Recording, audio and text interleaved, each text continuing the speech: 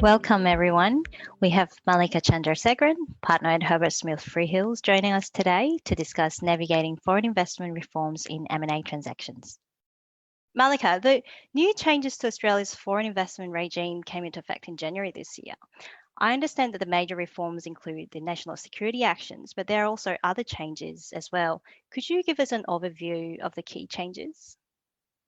Sure, and thanks, Julia, and hi, everyone. It's a pleasure to be here today talking about one of my favourite topics, which is the Australian foreign investment regime.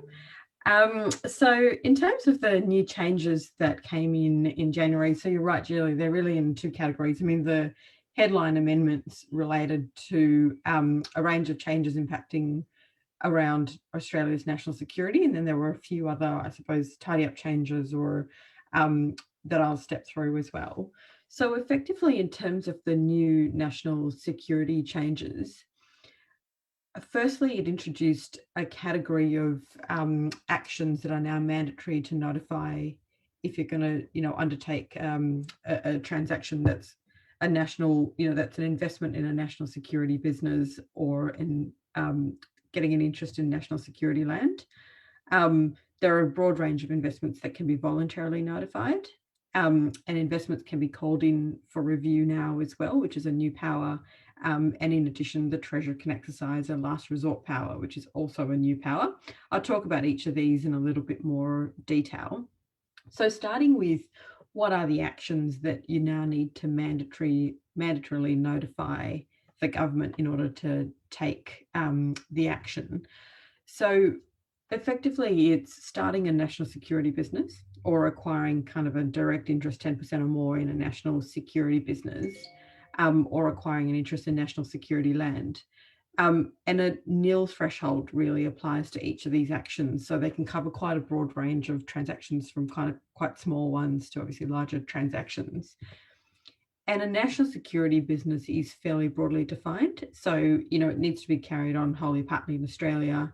And if it concerns critical infrastructure, it could fall within the definition if it concerns telecommunications, or the category that's, we're finding in practice quite broad and capturing quite a lot of transactions is the category of the provision of critical goods, services, or information for a military or intelligence use.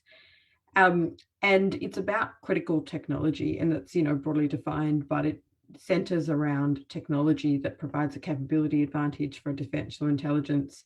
But I suppose, you have to make an assessment of what is or isn't critical technology, so that can be quite broad.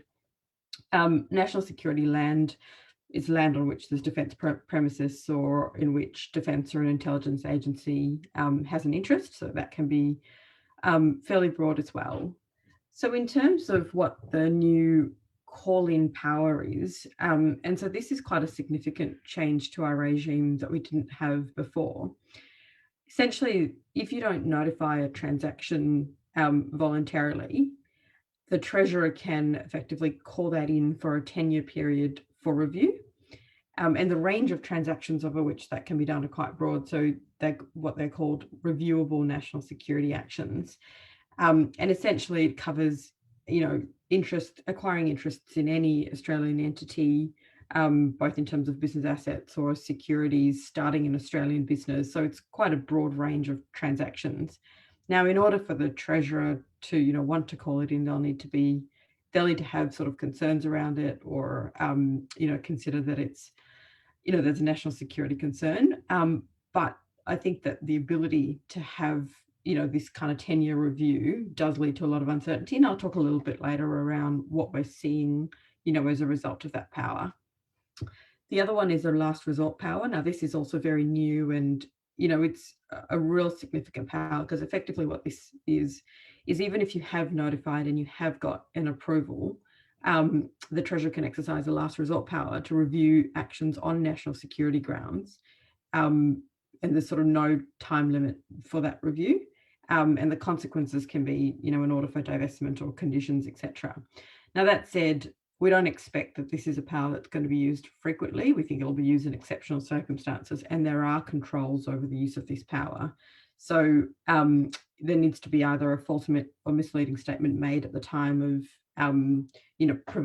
the time of making the application for the approval, there needs to be a material change to the activities or a material change to the circumstances or the market, from when the approval was first obtained. There also needs to be a national security risk relating to the action, and the Treasurer needs to have obtained advice from national intelligence agencies and negotiate with the foreign person to reduce the risk, and would need to be satisfied that there are no sort of ways in which to adequately assess the risk before they actually, exercise the power for, say, divestment. So, I think with all of those controls, we anticipate that this will just be used sparingly and, just really when strictly necessary. So I guess that's a short summary of, some of those national security changes. I might also flag, Julie, as you mentioned, some of the other changes that have come in as well. So happily, we're back into a regime where the monetary thresholds apply. As you know, over last year, due to COVID, the thresholds were brought down to zero for all actions, resulting in quite a lot of transactions having to be reviewed, even quite small ones. So that's now been reinstated, which is great. A couple of other changes that are positive. So new changes were introduced for passive foreign government investors, and this impacts a lot of private equity and other funds, where you might have a whole range of passive investors, and you might technically be considered to be a foreign government investor because more than 40% of your investors from all sorts of different countries are technically considered to be foreign governments. Now, if they're all passive, there's now a new exemption effectively to treat funds like that not as foreign government investors. What we're seeing in practice is that it actually doesn't help a lot of funds, because the other test in relation to funds is if you've got foreign government investors from, say, one country holding 20% or more, that does make the fund a foreign government investor. And we find for a lot of our clients, that test is triggered, and unfortunately there is no exemption for that. The other exemption that was heavily debated during the consultation process for these amendments was in relation to the money lending exemption. So taking a step back, broadly speaking, if you're a lender who lends in the ordinary course of business and you lend money and you take security over assets, that taking of security or enforcing that security can usually rely on a money lending exemption, so you don't need FERB approval for that. There are some exceptions to that. And as the changes were being debated, there was a question around whether taking security over businesses that could be, say, a national security business, whether that would come within the purview of the exemption. Happily, where we've landed is it does come within the exemption, with one small exception, which is a lender couldn't actually foreclose or directly acquire the property. You'd have to enforce the security through a receiver. Now, in our experience, that is the usual way in which security is enforced. So it's actually quite we've landed in a good place in relation to that exemption. There are other changes. So previously, something like a buyback where you didn't participate in that buyback, but you still had an increase in your holding, that would not have required FERB approval.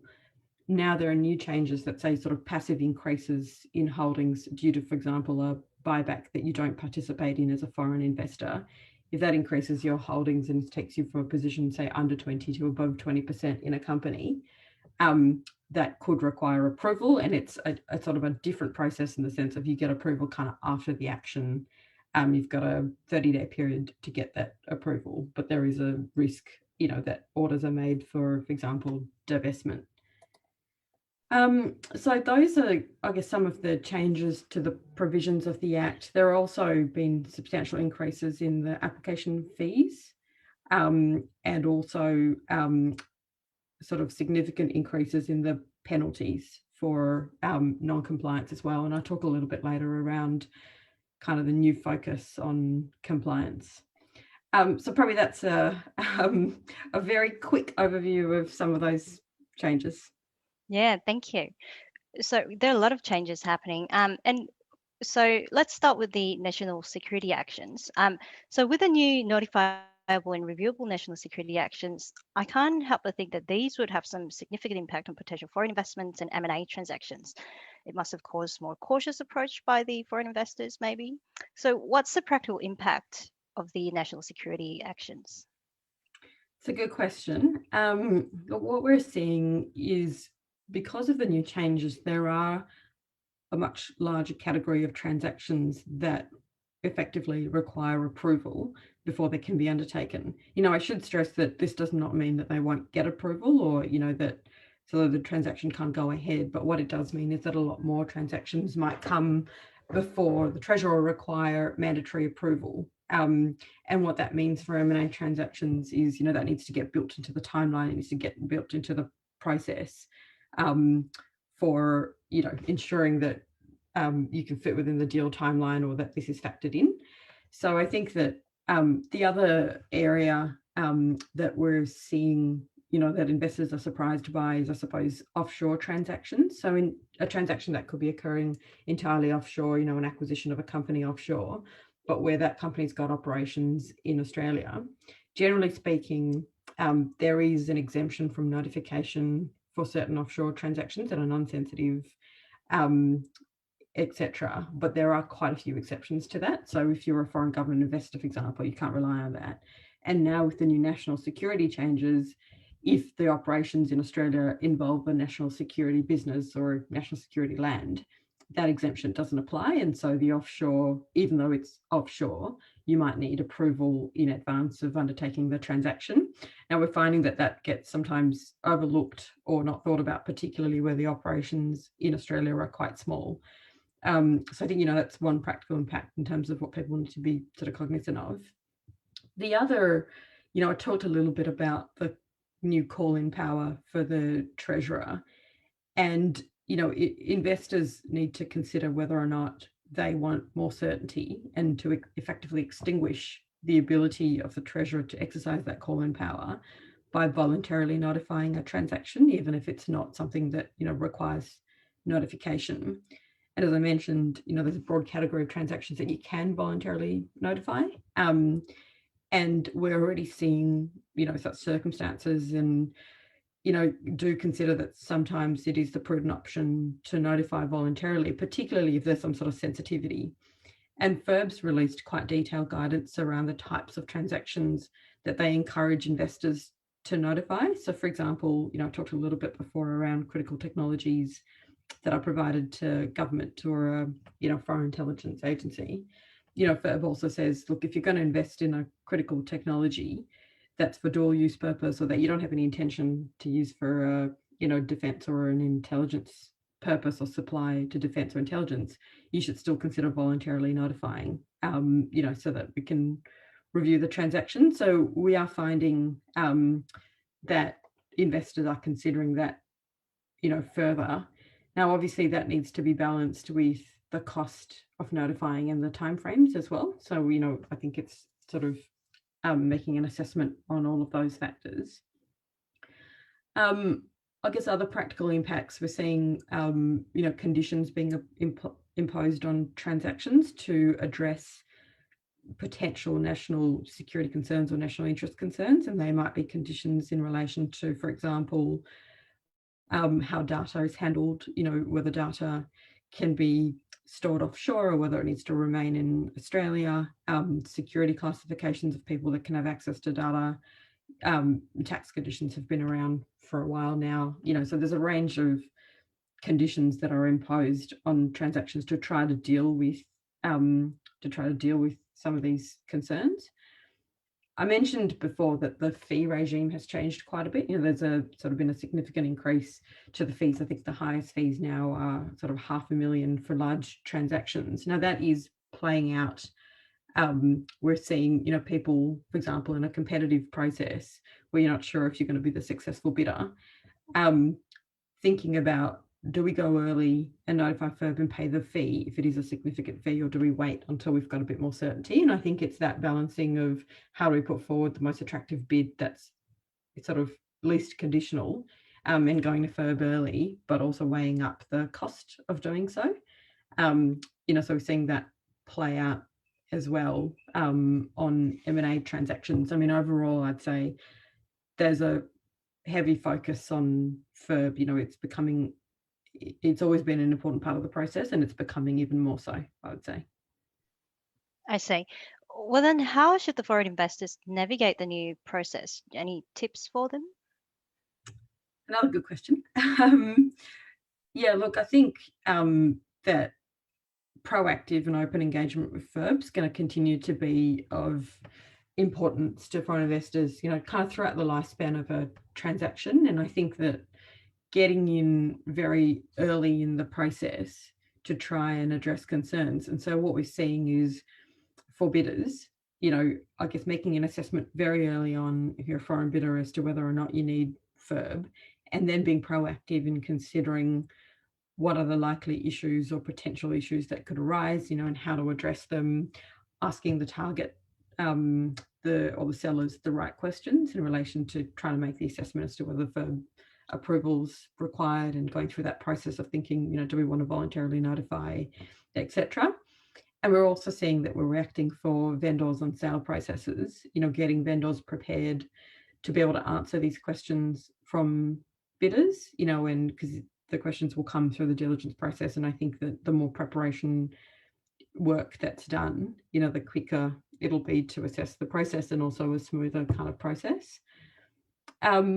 I guess other tips, if a foreign investor decides that either they need to make a mandatory notification or that they intend to make a voluntary notification, I think it's about putting the time in early on to get that application as complete as possible, and anticipating questions. So one area that FERB requires a significant amount of information is on ownership details, for example. And I think it's about including complete ownership details up front, so that that that's not going to slow down the process. So at least include, and FERB's got checklists that they've got of all the information they expect to be included. So I think it's going through that checklist and making sure that you're including all of the information that's required by FERB.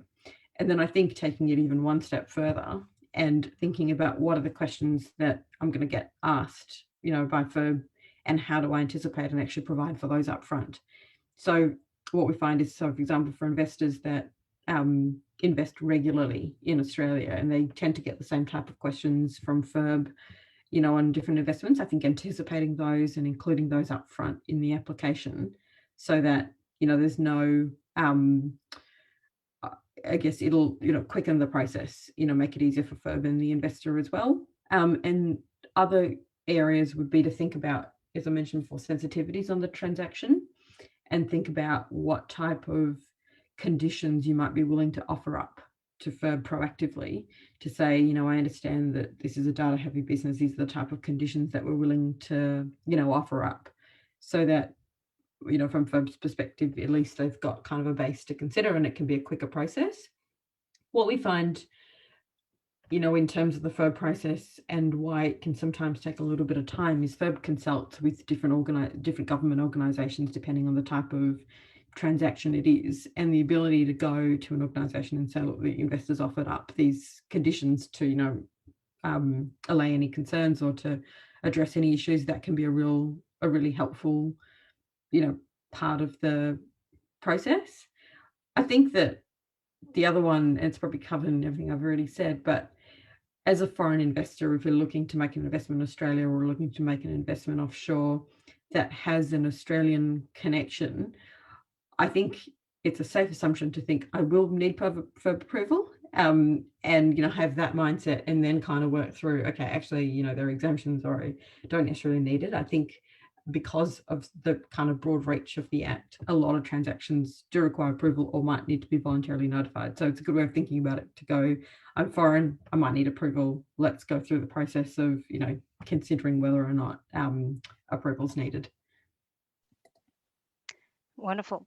The reforms also strengthened the Treasurer's compliance power and the FERB's enforcement power more generally as well. What sort of challenges does it create for the foreign investors? So, you're right. The penalties and the compliance has been strengthened as part of this new round of changes.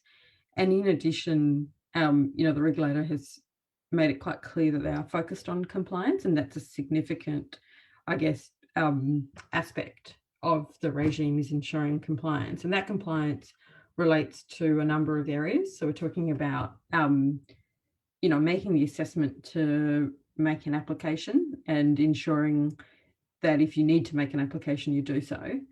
I think once you make an application, obviously not taking an action until that's been approved. Once the transaction's approved, notifying the treasurer that you've taken that you've undertaken the transaction. That's a new requirement that was brought in as well. And then if there are conditions that have been imposed on an approval that's been given, I think it's about ensuring that those conditions are being complied with. So FERB's historically had, I guess, more limited compliance and enforcement powers in comparison with other regulators like the ACCC or ASIC. And the new reforms seem to suggest a change in philosophy. They've been given a suite of new enforcement mechanisms, including the ability to issue infringement notices for actions taken under the Act, exercise monitoring and investigative powers, access to premises, accept enforceable undertakings, give compliance directions, revoke approvals where false or misleading information has been given, require applicants to notify FERB where the actions, where they take actions specified under a no objections notice. So there's a number of new, I guess, powers that have been put in place. And if you view all of those holistically, you say the substantial increase in kind of application fees and the penalties for non-compliance and increased kind of audit rates, they really do suggest that FERB is taking on perhaps a greater watchdog role akin to, the approach of the ACCC or ASIC. Now, I think that that's a really important part of the regime, and, there are substantial penalties for non-compliance as well. So I suppose it's, what can foreign investors do? What we find is very often people are just trying to do the right thing and might inadvertently kind of breach the provisions of the Act because they might not realise that they're caught, for example, in an offshore transaction or etc. So, I think it's about putting in place mechanisms that can help to ensure compliance. A couple of tips I think are, it might be worth doing an audit of recent transactions that have been undertaken by the organisation, particularly because of the $0 thresholds that applied last year, which meant that a lot of transactions actually came within the, purview of what needed to be notified. So, we recommend that people conduct audits and just consider whether or not there were transactions that did need to be notified last year. And if so, to make a retrospective application. So, when we've assisted some clients with retrospective applications where they've just inadvertently, didn't realise that they needed to have made an application. And effectively what that is you go to FERB and you say that we didn't make a notification, we're making one now. You kind of provide all of the same information that you would provide in a normal notification, and you seek approval. And FERB is usually, quite open to providing that type of approval if the circumstances, are clear that it's, sort of been an oversight or that they sort of got incorrect advice or they're trying to do the right thing, and particularly where investors are proactively reporting that position. Now, obviously, FERB will have to consider, I guess, the sensitivities associated with the transaction, looking at kind of what the breach has been and finding measures that I suppose are, commensurate with what the breach might have been. And one condition that we see quite often imposed on retrospective applications of this nature would be a condition to put in place compliance mechanisms within the organisation to assist with compliance going forward. And, those could be, for example, implementing general protocols for compliance. And we encourage, foreign investors to sort of put these in place. So particularly if you make regular investments into Australia, it could be useful to put in place protocols that can guide those within the organisations who are assessing and, negotiating opportunities that relate to foreign investment, so that they know they have to come to, for example, a central port of call to see if they'll need foreign investment approval, and for that person to be able to liaise with external advisors or, field questions from other employees and ensure compliance by the condition by the organisation, including compliance by the organisation with any conditions that have been imposed on transactions that have been approved. It could be that the organisation comes up with a standard set of questions to pose to individuals internally assessing the acquisition and investment opportunities, so that they can make an assessment and liaise with external advisors to do that. And I think the other is just specifying timelines for action. As I mentioned before, the FERB process can take a little bit of time, depending on how sensitive it is and how prepared you are at the outset. So I think that part of it is ensuring that you deal with it up front so that it fits within a deal time frame, and so that you can get the approval within the broader transaction timetable. We're also seeing that other ways to assist on compliance is for organisations to create a database of any condition that FERB's imposed on transactions, and that's widely available or able to be accessed by individuals in the organisation. I think that it's always an exercise, particularly in big organisations, to get the message out to everyone who's on the ground and undertaking transactions, or for example, implementing the transaction, or for them to be able to comply with these conditions. So I think it's being able to put in place processes to communicate that to the organisation. And I think there's an education and training piece as well that can be run internally, particularly organisations that invest frequently.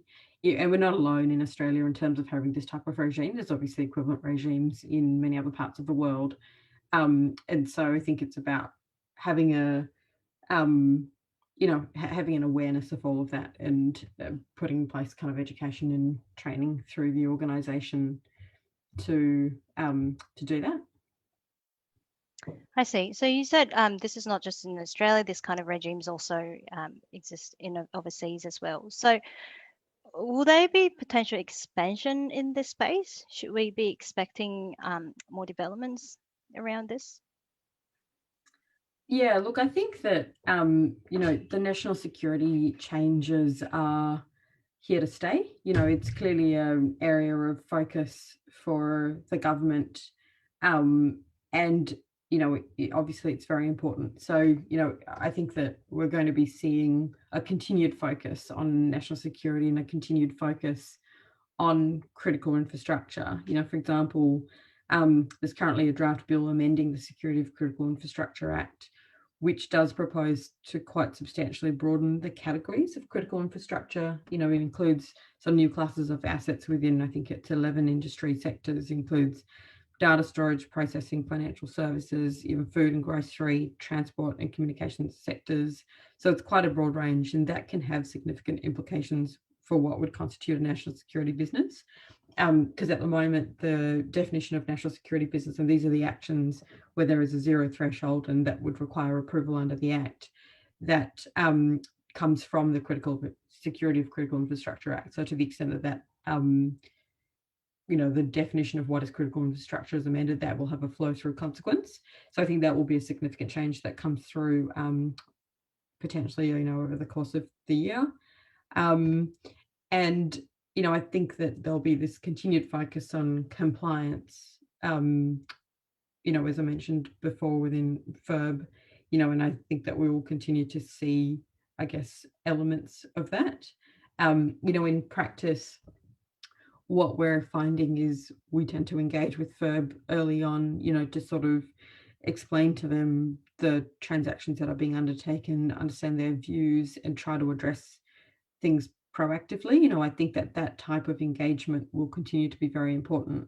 And FERB itself is also engaging with the community and the business community, quite extensively, because I think that, there's a real drive to ensure that there is business engagement and that there is this sort of practical ability to communicate, about these transactions. At the end of the day, Australia continues to be an attractive destination for foreign investment, and continues to welcome foreign investment. I think that what we'll continue to see is the government trying to strike the right balance between maintaining the economic benefits of foreign investment and also protecting the national interest.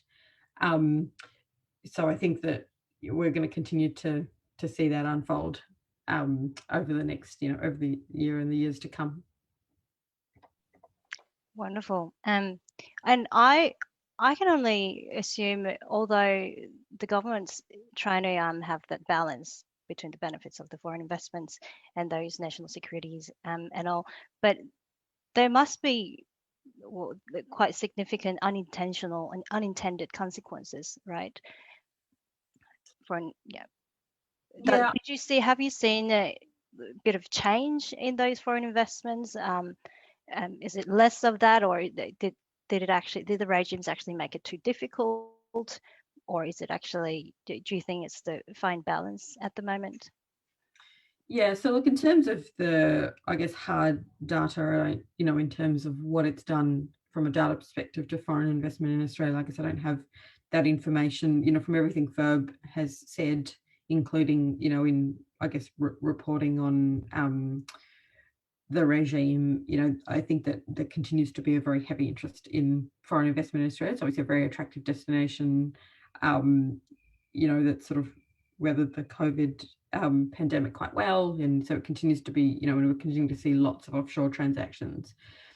I guess from a practical perspective, we do see in some situations, particularly on offshore deals, where there might be a small Australian element to it, where that element requires FERB approval, and we're probably seeing investors go, oh, well, should we just turn this off? Should we just sort of stop this aspect to Australia? Now, that's just anecdotal, whether it actually happens or not, I guess I can't really comment, but there is a little bit of, this seems like a very small part of the deal, and we need to go through this process.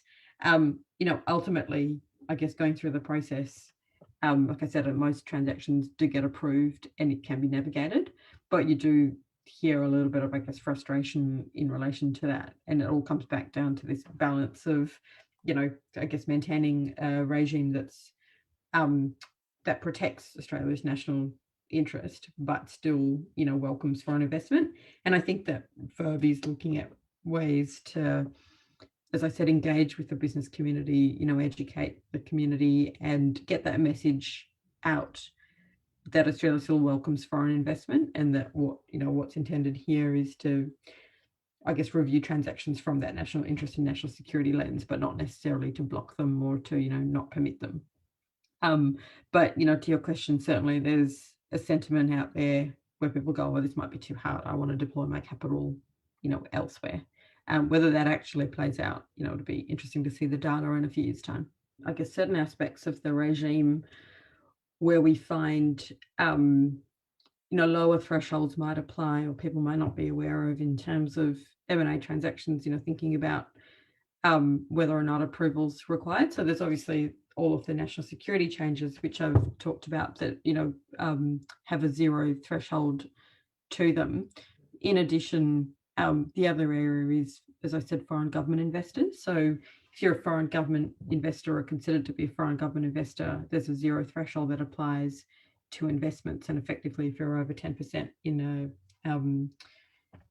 acquiring more than 10% of an Australian entity, that would require approval.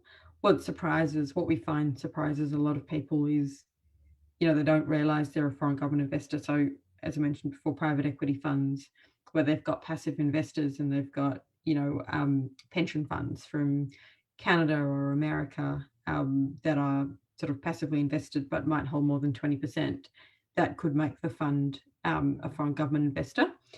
And I think that, in particular, the thing that we find surprises people is it traces through a chain of entities. And even though, I suppose, if you think about what is the ultimate ownership of this particular foreign government investor, it might be quite a low amount. The tests look at each layer of the structure. So if you hold more than 20% in a fund, that fund is considered a foreign government investor. If that fund then in turn holds a significant 20% or more in an aggregator fund, the aggregator fund is considered a foreign government investor. So, that kind of tracing down does tend to surprise foreign investors. So I think it's, important to get advice up front to understand, whether you might be or might not be. And the other aspect of the foreign government investor regime is that if you are, if an investor is a so-called foreign government investor they're considered to be an associate of any other investors from the same country. So you could have two pension funds in Canada, for example, that have nothing to do with each other, but they're both government pension funds, and their holdings get aggregated. So, for example, one might hold 10% and the other might hold 12%. They get aggregated, and all of a sudden they're above the 20% threshold, and would therefore infect the structure and make it make the entire structure a foreign government investor. So I think that highlights some of the reasons to, I suppose, get the advice up front and really think about whether or not there's a foreign government investor involved. The other one is around property. So again, in M&A transactions, if you're acquiring securities in an entity, one important thing to consider is this entity a land entity? And a land entity is effectively any entity that's got more than 50% of its assets being land. And then there's a complex set of rules around what are the thresholds that need to apply, in assessing whether or not approvals required, and depending on the type of land. So, for example, if the entity has quite a bit of vacant land, more than 10% of its assets is vacant land or residential land, the threshold for that can be 0. Whereas if it's all commercial land, it might be a high threshold, 281 million. So, there's quite a range and complexity around what are the right thresholds that apply for land entities. There's also special rules around agribusinesses, media entities, that have a sort of 0 threshold. So I think it's important to think about not just the general test, but all of the various, specialist items that might sit under that as well. And we see that playing out quite a bit in, M&A transactions. Before we wrap up, is there anything else you wanted to add for the M&A lawyers? I think you've already given us heaps of good information. I think from a practitioner's perspective in navigating the regime, there's probably a couple of tips that I would say, which is one is, ask the questions early in terms of whether the client's foreign, because again, it surprises people to realise that if their parent is foreign, or if they've got foreign ownership right up the top of the chain, or foreign government ownership right up the top of the chain, that would then infect the entity that's making the acquisition. So I think it's really test that with clients or people coming for advice as to whether or not they are foreign. I think that as practitioners, we've got kind of a role to educate kind of our foreign clients around the regime, because for a lot of them it will be sort of quite complex and, in some ways sometimes not make a lot of sense. And I think it's kind of incumbent on us to educate our clients to, understand the regime a bit more, and understand the things that will help to navigate the timeframes on transactions, that kind of upfront providing of information. The more thorough they can be, the more open they are with FERB on some of these issues. I suppose that will play out in the transaction timetable. It's also useful, I think, to have, kind of practical sets of checklists, so that clients can go through to go, oh, okay, am I foreign? Am I not foreign? Is this transaction caught or not caught? I think that can be helpful as well. And then I think in terms of actually navigating the approval process, I think it's about, even as advisors, us being proactive with FERB, kind of reaching out and saying, have you got any questions? Can we help? Can we provide more information? And really bring that bridge between FERB and our clients. And I find that, that's obviously a valuable role to play. And then I think it's about reminding our clients around compliance and just those practical things that we can put in place in order to, ensure compliance and help clients to navigate it. As simple as needing to notify within 30 days of taking an action, reminding clients of that, reminding them of, for example, on some of the conditions, FERB will require an annual report or a notification, as to how you've been going in complying with the conditions. I think it's, being able to remind them that the time's come to make this, etc. So, I think that can be helpful as well. And then the other area is with clients who are, I guess, repeat, they make a number of investments into Australia, thinking about, would an exemption certificate be something that's available here? And that's, the ability to go to FERB and ask for pre-approval, if you like, for a series of transactions, even though you haven't identified them specifically. Now they, I guess they've been more rare in terms of getting those exemption certs, but we're finding that more and more clients are exploring them. So, I think it's about bringing some of those options to the table as well. So I think there's a lot that we can do as advisors to help to navigate the process and take some of the frustration out of it that I sometimes see our clients, having. And I think it's just about being proactive and understanding the regime.